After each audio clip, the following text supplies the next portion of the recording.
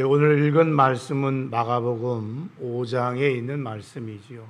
여기에 보면 혈혈증을 앓던 여인에 관한 내용을 성경이 이야기하고 있습니다. 본문의 말씀을 묵상하는 과정 속에서 이 말씀은 좀 더 깊이 우리가 한번 생각해보고 다뤄볼 필요성이 있겠다 하는 생각을 가졌습니다. 그래서 성경을 묵상하고 또 묵상하고 주신 은혜를 깨닫는 가운데 기록하다 보니까 그 분량이 한 3주 정도 여러분과 함께 나누어야 될 내용을 하나님께서 깨닫게 해주셨어요. 그래서 오늘은 특별히 이 여인에 대한 부분을 좀 다루면서 여인이 예수를 만나서 고침을 받은 그 부분을 좀 생각해 보려고 합니다. 우리는 이 본문을 보면은 절망 중에 사람들에게 소외되며 살았던 한 여인이 있음을 발견할 수 있습니다.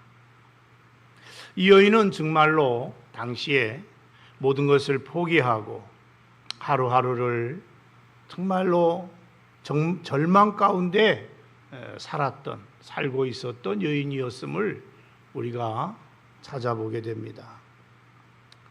그런데 이 여인이 정말 절망 중에 삶을 포기하고 싶을 그런 상황 가운데에서 여러분 주님을 만난 그리고 새 삶을 얻게 된 내용을 오늘 성경은 우리에게 말씀해 주고 있습니다.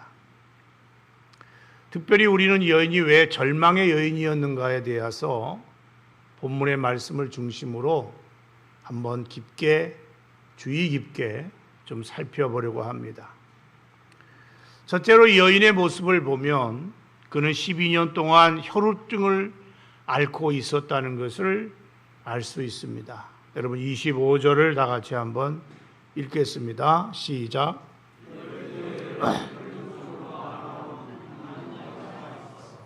혈루증이라는 단어를 찾아보게 되죠. 혈루증은 혈우병이라고도 하는데 이 병은 일종의 부인병이라고 그래요. 특별히 피가 멈추지 않고 계속해서 흐르는 병을 말한다고 합니다. 현대의학에서 이 병을 어떻게 표현하는가 봤더니 하혈이라는 말로 표현을 했더라고요. 오늘날 많은 의사들이 이 성경을 읽으면서 이 여인에 대하여 이야기하기를 이 여인의 병은 현대의학적으로 그게 아마 자궁암이든지 아니면 특별히 여인의 생식기가 썩어 들어가는 어떤 성병일 수 있다라고 추측하며 이야기하는 것을 보았습니다.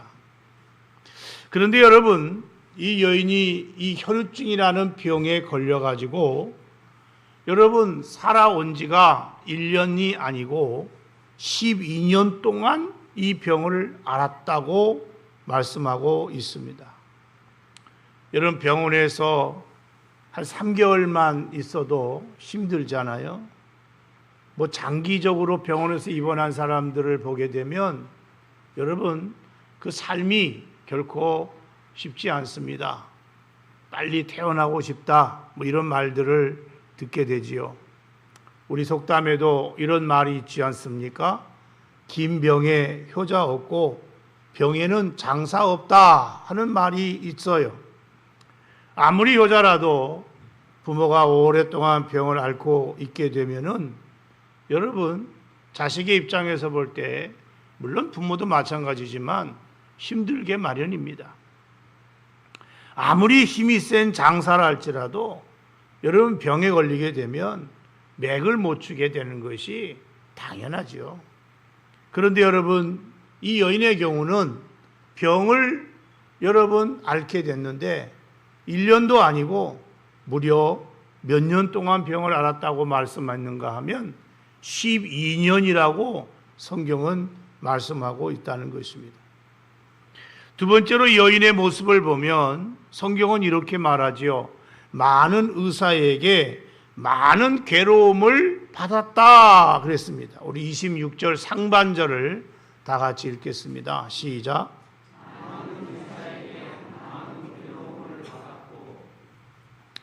여러분, 병이 생기자 이 여인은 자신의 병을 아마도 고치기 위해서 많은 노력을 하였을 것으로 보여집니다. 그래서 여인은 의사들을 찾아다니지 않았겠습니까? 그러나 여러분, 의사들을 찾아다녔는데 많은 의사라는 표현을 쓴 걸 보게 되면은 쉽게 이 병이 고쳐지지 않아서 더 용한 의원, 더 실력 있는 의사 있다면 아마도 쫓아가서 자기 병을 얘기하고 고침받기 위해서 노력하였으리라고 보여집니다. 병을 고치고자 하는 사람이 여러분 병을 고칠 수만 있다면 거리가 문제겠습니까? 아무리 먼 거리라도 여러분 찾아가서 병을 고치고자 하는 것이 환자의 마음인 것입니다. 그러나 이 여인은 많은 의사들을 만났고 치료받고자 여러분 노력했지만 병을 고침받지 못했다고 했습니다. 성경은 이런 표현을 썼어요. 의사들로부터 많은 괴로움을 받았다. 우리는 보통 의사를 찾아가서 여러분 치료를 받게 되면 많은 의사들로부터 치료를 받았다 이런 표현을 쓰지 않습니까? 그런데 성경은 치료를 받았다라고 말하고 있지 아니하고 많은 괴로움을 받았다라는 말로 이야기하고 있다는 것입니다. 이것은 아마도 의사가 요구하는 대로 의사가 병을 고치는 방법을 제시하는 대로 어떤 것이든지 여인이 그대로 다 실행해 아마 보았지 않았는가. 그러니까 무엇을 말하든지 여러분 그것이 본인에게 아주 하기 어려운 힘든 일일지라도 그것을 감당하면서 괴로울지라도 다 해보았다는 거 아니겠습니까? 그러나 안타깝게도 이 여인은 병이 낫기는커녕 고생만 했고 괴로움만 더했다고 성경은 말씀하고 있습니다. 참 저도 그렇습니다마는 여러분 우리가 이 땅을 살아가면서 여러분 건강한 것이 얼마나 중요한지 몰라요. 저는 여러분들이 평생 건강하다가 주님 앞에 쓰기를 주의 이름으로 축원합니다. 그러나 여러분 환자의 입장에서 볼 때는 이왕이면 실력 있고 능력이 많고 좋은 의사를 만나는 것이 복인 줄로 믿습니다. 그래서 어떤 병에 걸리게 되면 그 부분의 전문가를 찾고 그래서 여러분 그 전문가에게 자기의 몸을 맡기고 여러분 치료를 받고자 하는 것이 여러분 환자의 마음이고 또 좋은 의사를 만나가지고 치료를 받는다면 그것은 내가 볼 때 참 환자의 복이 아닐 수가 없어요. 저는 우리 교회에도 좋은 의사가 있잖아요. 우리 황창선 집사님이 얼마나 좋은 의사인지 몰라요. 아멘 안 해요? 네. 네. 여러분 되도록이면 우리 아플 때 병에 걸리면 또 건강검진을 하려고 한다면 이왕이면 건강병원 이용하십시오. 네. 다른 병원 이용하지 말고 건강병원 이용해요. 네. 이 설교 시간에 제가 이렇게 소개까지도 해줍니다. 네. 그렇습니다. 여러분의 자녀라든지 여러분의 형제가 병원을 운영할 때에 되도록이면 그런 병원 찾아가는 게 좋은 거예요. 제가 볼 때 우리 황 집사님은 그래도 우리 동해 지역뿐만 아니라 강원도 지역에서 실력 있는 분이에요. 세 번째로 우리가 오늘 말씀해 보게 되면 이 여인의 문제점, 여인의 형편을 어떻게 소개하고 있냐면 그가 가진 것을 다 허비했다고 그랬어요. 여러분 26절 중반절입니다. 다 같이 읽겠습니다. 시작. 여러분 여인은요 자기 병을 고치기 위해서 많은 의사를 찾아다녔어요. 그 과정에서 병을 고치었으면 얼마나 좋겠지만 병을 고치지 못하고 여러분 의사를 찾아가고 진료를 받는 과정 속에서 자기의 재산이 점점 줄어들고 종국에는 다 허비하고 말았다는 것입니다. 이 말씀은 온 재산을 병 고치는데 다 사용하였다는 것이죠. 그도 그럴 것이 이 병이 1년도 아니고 12년 동안 되었으니 이 여인의 투병 생활이 얼마나 오래되었으며 의사를 찾아가서 진료를 받았으니 여러분 가지고 있는 재산이 얼마가 되는지 모르지만은 조금씩 재산은 줄어들게 될 것이고 결국은 모든 재산을 다 사용하였지만 여러분 그래서 빈털터리가 되었지만 병은 여러분 낫지 않았다는 것입니다.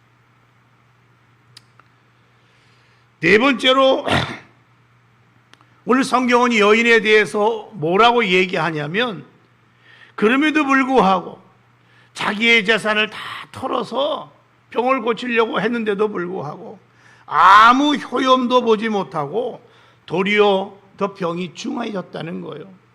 26절 하반절입니다. 다 같이 읽겠습니다. 시작.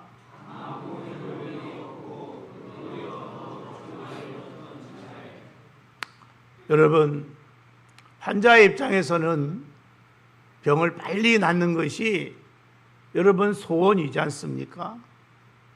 그래서 더 능력 있는 사람, 더 좋은 의사를 찾아다녔고 재산을 쏟아부으면서 여러분 고치고자 했지만 고침을 받지 못했다는 것입니다.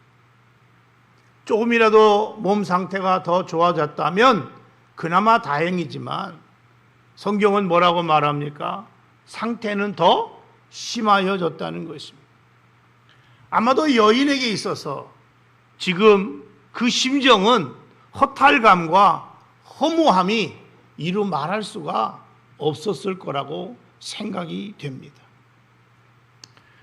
여러분, 여인은 더 이상 소망이 없게 된 것이죠. 뭐 재산이라도 아직 많이 있으면 어떤 방법이라도 더 힘써 보겠지만 이제는 재산도 없어요. 이제는 병도 점점 더 심해지게 됩니다. 얼마나 절망스러울까요? 근데 여러분, 그보다도 절망스러운 것이 있어요.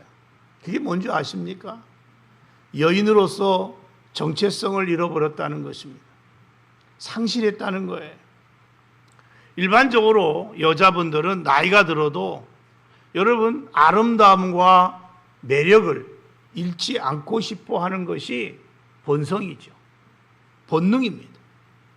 아름다워지고 싶어 하는 것은 모든 여자들의 욕구라고 할 수 있습니다. 여기에는 저 개인적으로 볼 때 끝이 없어요. 나이가 들어도 여성분들은 이왕이면 자신의 아름다움을 더 유지하고 싶어 하는 것 당연하다고 생각합니다. 매력을 잃고 싶지 않지요. 이것이 여자들의 특징 아닙니까? 그래서 여러분 능력만 있고 여유만 있다면 주름살을 없애기 위해서 보톡스도 맞고 어떤 경우에는 위에 있는 살을 조금 늘리고 밑에 있는 살을 조금 줄이고 옆으로 당겨서 어쨌든 주름살을 없애서 아름다움을 이루기 위해서 성형까지도 맞이하지 않는 여러분 그런 모습들을 우리는 보게 되는 것입니다. 여학생들을 대상으로 해서 여러분 조사를 했는데 여러분이 돈이 있다면 가장 먼저 하고 싶은 게 뭐냐? 그랬더니 1위가 뭔지 아십니까? 성형이래요. 성형. 그만큼 여자들은 아름다움을 유지하고 싶어 하는 것이 여러분 모든 여자분들의 마음이죠. 그런데 여인을 보세요. 지금 몇 년 동안 혈우증을 앓았다고요? 12년이라고 그랬습니다. 그렇다면 이 여인에게서 어떤 아름다움과 매력을 우리가 찾아볼 수가 있겠습니까? 12년 동안 계속해서 하혈을 했으니 보나마나 이 여인의 모습은 피골이 상접한 그런 모습이 아닐 수 없다고 생각합니다. 아마도 이 여인은 뼈하고 가죽밖에 남지 않았지 않았을까? 여인은 이제 건강도 잃었습니다. 재산도 잃었습니다. 육체의 아름다움도 잃었습니다. 계속해서 하혈을 했기 때문에 여인으로서의 아름다운 피부도 없어졌어요. 매력도 잃어버렸던 것이죠. 한마디로 말하면 이 여인의 모습은 여자로서의 정체성을 완벽하게 상실해버리고 만 것입니다. 이것은 여인의 입장에서 볼 때는, 이 여인의 입장에서 볼 때는 참으로 절망스러운 일이 아닐 수가 없습니다. 그런데 여러분, 더 나아가서 이 여인이 더더욱 절망할 수밖에 없는 또 하나의 이유가 있어요. 그게 뭔지 아십니까? 그것은 정상인으로 살아갈 수가 없었다는 것입니다. 우리가 성경 레위기 15장을 보게 되면 피가 멈추지 아니하고 흐르게 되는 병에 관한 규례가 자세하게 기록되어 있습니다. 그런데 거기에 보게 되면 이렇게 피가 멈추지 않고 흐르는 병을 부정한 병으로 간주했습니다. 그래서 이 부정한 병으로 간주했기 때문에 여러분, 그 당시에는 누구든지 이러한 병에 걸리게 되면 나병 환자, 문둥병자와 같이 취급을 받았어요. 그래서 누구와 함께 거하지 못합니다. 공동체 생활을 할 수가 없다는 것입니다. 그렇다면 여인은 가정을 떠나야만 했고, 여러분, 사회 속에서 떠나가야만 했고, 따로 외롭게 홀로 독립된 공간에서 살아야만 하였던 것입니다. 더 나아가 여인은 마음껏 회당이나 성전에 들어가서 하나님을 예배할 수도 없었습니다. 왜? 그와 접촉하는 모든 것이 다 부정해지기 때문에 그런 것입니다. 레위기 15장 4절에 이렇게 말씀합니다. 다 같이 한번 읽겠습니다. 시작.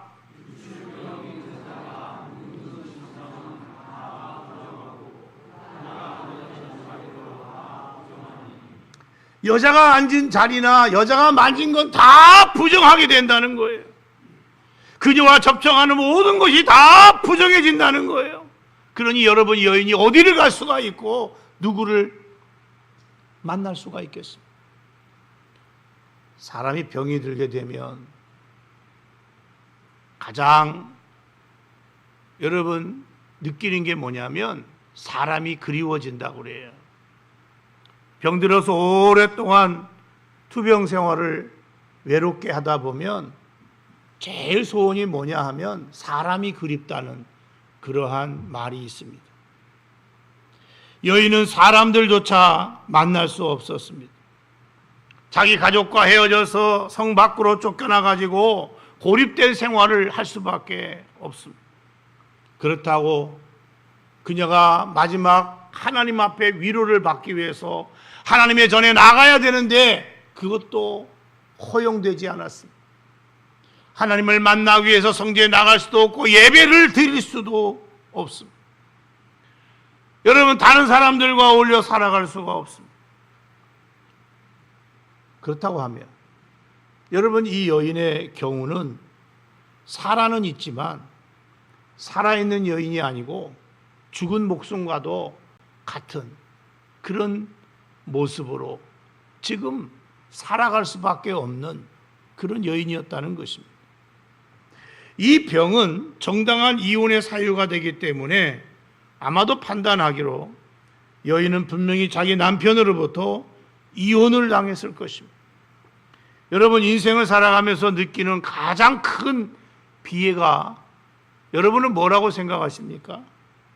여러분, 제가 어떤 책에 보니까 이렇게 되어 있더라고요. 소외되는 것, 그리고 잊혀진 사람이 되는 것이라고 나와 있었습니다. 여러분, 군중 속에서 소외를 느낄 때 그 외로움과 고독이라는 것은 참으로 견디기 힘든 것입니다. 그런데 여러분, 이 여인이 지금까지 살펴본 것처럼 이 여인은 세상으로부터, 가족으로부터 버림을 받았습니다. 언제나 혼자여야만 하는 고독한, 외로운 그러한 삶을 살아갈 수밖에 없는 여인이 되고 말았습니다. 아니, 하나님께 나아가 예배할 수조차 없는 저주받은 여인의 모습으로 살아가야만 했습니다. 여인은 아마도 눈물을 흘리다 못해 이제는 눈물까지 말라버린 그런 가련한 여인이 되고 만 것입니다. 여자로서의 존엄성도 완전히 상실했습니다. 여인은 어떤 희망도 보이지 않습니다. 완전히 절망의 늪에 빠져 있습니다. 그는 걸어가지만 사망의 음침한 골짜기를 거니는 그런 삶을 살아가고 있었던 것입니다. 이제는 기댈 사람도 없습니다. 아니, 그녀를 돌봐줄 사람 그 누구도 없었습니다. 한마디로 이 여인은 모든 것을 잃어버린 사람이었다는 말씀입니다. 여러분, 이 여인처럼 가련한 여인이 있을까요? 이보다 더 절망적인 여인이 어디에 있겠습니까? 아무것도 가진 것이 없고 누구와도 함께할 수 없는 이 여인은 정말 모든 것을 잃어버린 절망의 여인이 아닐 수 없었습니다. 그런데 여러분, 이렇게 이제는 절망 가운데 삶을 포기할 수밖에 없었던 그런 삶을 마지막 연명하고 있었던 이 여인에게 어느 날 말입니다, 예수에 대한 소문이 들려왔습니다. 우리 27절을 다 같이 한번 읽겠습니다. 시작.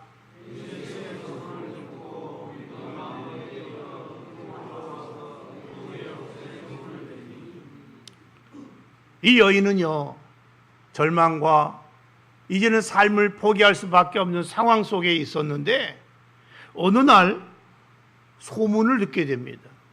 사람들의 말을 들었어요. 예수님을 만나서 병을 고쳤다는 사람들, 그 장면을 목격한 사람들을 통해서 여기저기 떠돌아다니는 소문을 이 여인이 듣게 된 것입니다. 이 여인이 들었다는 말은, 여기 듣다라는 말이 단지 풍문으로 들었다는 그런 말이 아니에요. 예수에 대한 소문을 듣게 되어져서 그 소문을 샅샅이 확인하였다 하는 그런 의미가 담겨져 있어요. 여러분, 여인이 들은 소문이 무슨 소문이라고요? 어떤 병에 걸렸든지 예수를 만나면 고침을 받더라는 소문이었습니다. 안진뱅이가 예수님을 만났는데 일어섰다는 것입니다. 앞을 보지 못하는 맹인이 예수를 만났는데 눈을 뜨게 됐다는 말입니다. 자기와 똑같은 처지에 있는 나병 환자도 예수님을 만남으로 말미암아 깨끗하게 되었다는 소문이 이 여인에게 들려진 것입니다. 이 소문은 당시 팔레스타인 사람들에게는 이 예수에 대해서 어떤 생각을 갖게 됐느냐, 그 예수가 우리가 기다리는 메시아가 아닐까 하는 그런 소문으로 점점 파다하게 퍼졌습니다. 그런데 이 절망 중에 있는 이 여인이 바로 그 예수에 관한 소문을 듣게 되었다는 것입니다. 이 소문은 이 여인에게는 소망이었습니다. 한 줄기 빛이었습니다. 여러분, 여인에게 이 소문은요, 이 예수에 관한 이야기는요, 정말 희소식이었던 것입니다.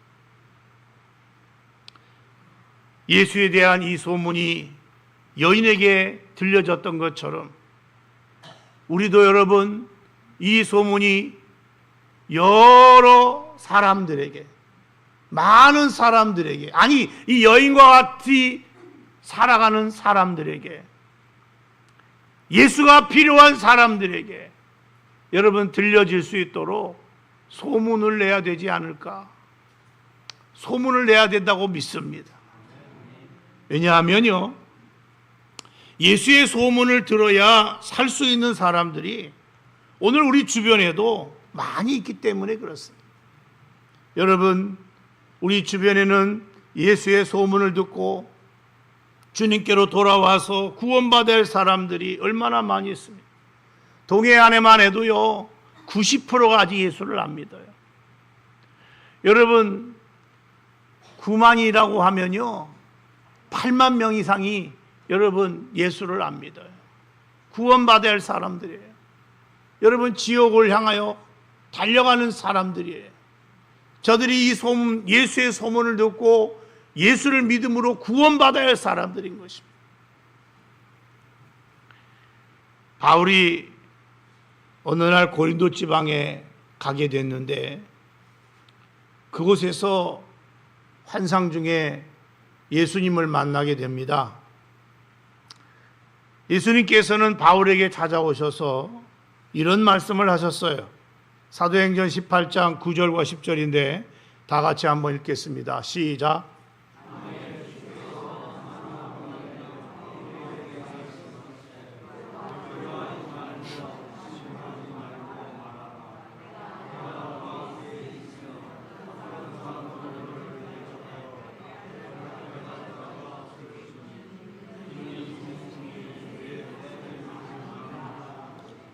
한번 따라합시다. 이 성중에 내 백성이 많음이라.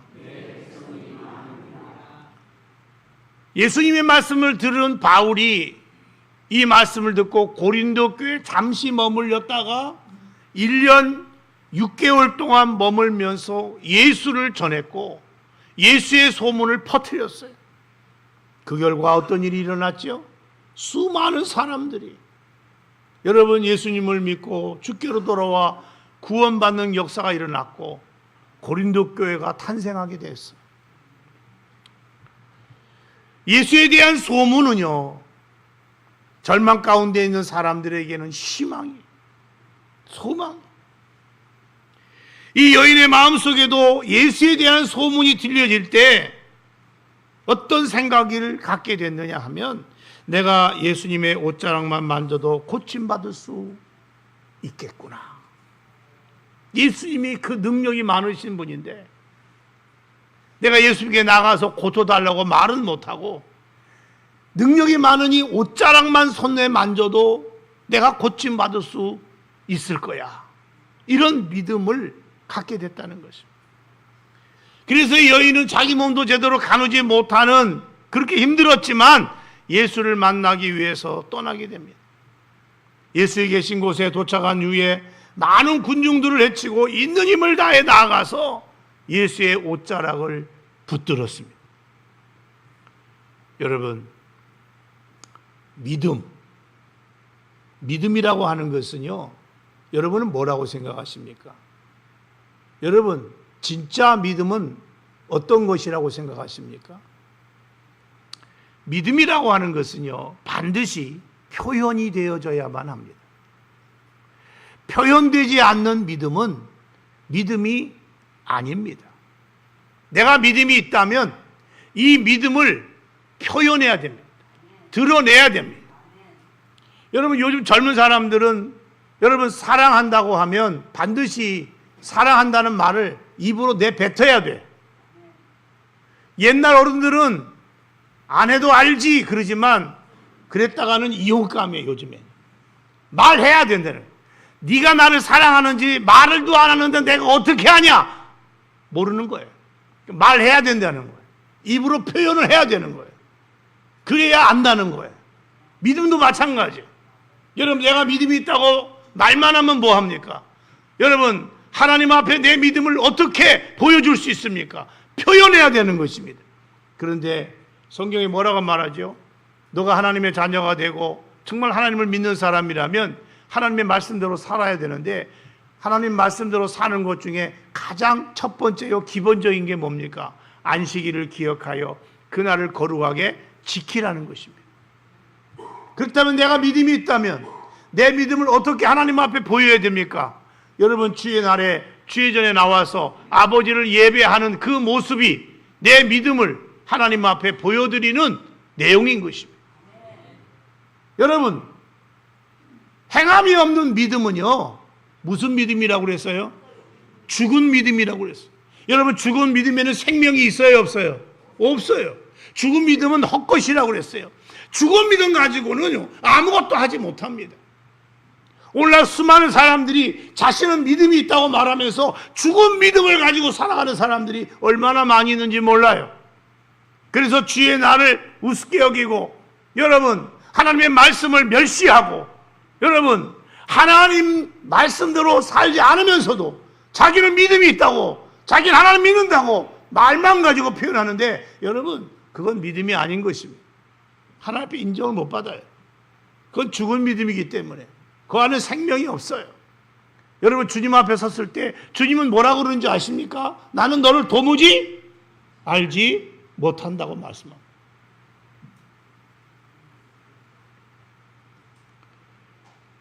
여인은 예수에 관한 소문을 들었습니다. 예수님의 능력이 많다는 것을 알았습니다.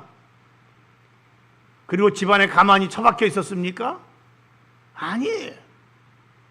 만약 그녀가 그 소문을 듣고 그 사실을 알았다 할지라도 집안에 처박혀서 가만히 있었다면 이 여인은 고침받지 못했어요. 하나님의 기적을 경험하지 못했어요. 어떤 역사도 이 여인에게 나타나지 않습니다. 그런데 이 여인은 그 믿음을 표현하기 시작했습니다. 여러분, 이 여인에게서 믿음의 표현은 다른 방법이 없었어요. 자기는 부정한 여인입니다. 가진 것도 없기 때문에 그가 표현할 수 있는 믿음이라는 것은 예수의 옷자락을 붙드는 것밖에 없어요. 예수의 옷자락만 만져도 내가 나을 수 있을지도 모른다, 나을 거야 하는 그 믿음, 그것이 여러분 옷자락을 만드는 것이 그 믿음의 표현인 것입니다. 그리고 여인은 마침내 주님의 옷자락을 붙잡았지요. 옷자락을 붙잡는 순간 놀라운 일이 일어났어요. 믿음을 가지고 예수의 옷자락을 만지는 순간 기적이 일어났습니다. 하나님 능력이, 주의 능력이 여러분 예수의 몸으로부터 나와가지고 여인에게 임했다고 그랬습니다. 능력이 자기 안에 들어오는 때 여인이 자기 몸에 어떤 변화가 일어나는 것을 경험하게 됩니다. 아, 내 병이 치료됐구나, 낫구나. 왜? 몸에 여러분 그 평소에 생겼던 어떤 징조들이 완전히 사라졌기 때문에 능력이 들어오자 그 능력이 여인의 병을 치료하게 된 거예요. 고침받은 거예요. 아마도 여인은 고침받는 순간 깜짝 놀랐을 거라고 저는 생각해요. 진짜네. 여러분, 주의 능력이 확 들어올 때에 여러분 이 여인이 얼마나 놀랐겠어요? 얼마나 신비했을까요? 여러분, 병이 고침받는 그 순간에 여인이 얼마나 감격스러울까요? 내 병이 고쳐지다니. 주의 옷을 만지기만 했는데, 아니 내가 만지기만 해도 낫는다고 한번 믿고 한번 실천했는데 과연 이것이 실제로 일어나다니. 여러분, 여인의 이 놀람이 여러분 여인에게만이 아니라 저와 여러분에게도 이런 일들이 일어나기를 주의 이름으로 축원합니다. 이 은혜가, 이 기적 같은 일이 저는 여러분의 심령 속에서도, 여러분의 가정에도, 우리 교회 안에도 이런 기적들이 일어날 수 있기를 주의 이름으로 축원합니다. 여인과 같은 이런 믿음을 가지고 주의 말씀을 붙잡고 기도하고 예배에 참석할 때에 주의 능력이 임하면 여러분 오늘도 기적이 일어나고 병이 치유되는 역사가 나타나고 문제가 해결되어지고 하나님의 영광을 보는 놀라운 일들이 여러분 일어나게 될 줄로 믿습니다. 2000년 전에만 일어나는 게 아니에요. 왜냐하면 그 예수님은 지금도 살아계시고 그 능력은 오늘도 동일하시고, 동일한 믿음을 가지고 우리도 행하면 그 능력이 여인에게 임했던 것처럼 저와 여러분에게도 임하게 되기 때문입니다. 믿습니까? 그렇습니다. 여인이 믿음을 가지고 주님 앞에 나왔고 옷자락을 붙잡았던 것처럼 여러분 우리도 믿음을 가지고 주 앞에 나와서 주의 말씀을 들을 때마다 그 말씀을 믿고 그 말씀을 붙들고 그 말씀 앞에 아멘 할 때마다 주의 능력이 임하는 역사가 여러분 나타나게 될 줄로 믿습니다. 우리 중에 어떤 질병이 있거나 육체의 망가짐이 있다 할지라도 여러분 예배 시간에 믿음으로 주의 말씀을 붙들면 여러분 주의 능력이 오늘도 역사되어집니다. 이루어지는 역사가 나타납니다. 저는 여러분들이 이러한 일에 여러분 간증의 주인공들이 되기를 바랍니다. 그래서 여러분의 삶 가운데 믿음의 역사가 있는 삶이 여러분 사라지기를 주의 이름으로 축원합니다. 예배 때마다 하나님의 영광을 볼 수 있기를 원합니다. 예배 때마다 여러분 치유의 역사가 나타나기를 원합니다. 예배 때마다 하나님의 능력이 경험되기를 원합니다. 예배 때마다 하나님의 영광을 볼 수 있기를 바랍니다. 여러분, 왜 이 여인에게만 이런 역사가 나타났어요? 그 당시 여러분 예수의 옷을 만진 사람이 이 여인 한 사람뿐일까요? 우리가 본문에 보게 되면은 수많은 사람들이 예수를 밀치는 가운데에 여러분 이 사람도 예수의 옷을 만지고 저 사람도 예수의 옷을 만지고 그러지 않았겠어요? 근데 왜 주의 능력은 이 여인에게만 나타났을까요? 그것은 믿음으로 만졌기 때문에 그렇습니다. 믿음으로. 오늘도 마찬가지. 이 예배에 참석해서 하나님의 능력이 임하는 사람은 어떤 사람이냐? 말씀을 듣는 사람이 아니에요. 그 말씀을 믿음으로 듣고 그 말씀을 붙잡는 사람. 믿습니까? 믿습니까? 저는 여러분 모두가 간증의 주인공이 되기를 주의 이름으로 축원합니다. 기도하겠습니다. 하나님 아버지,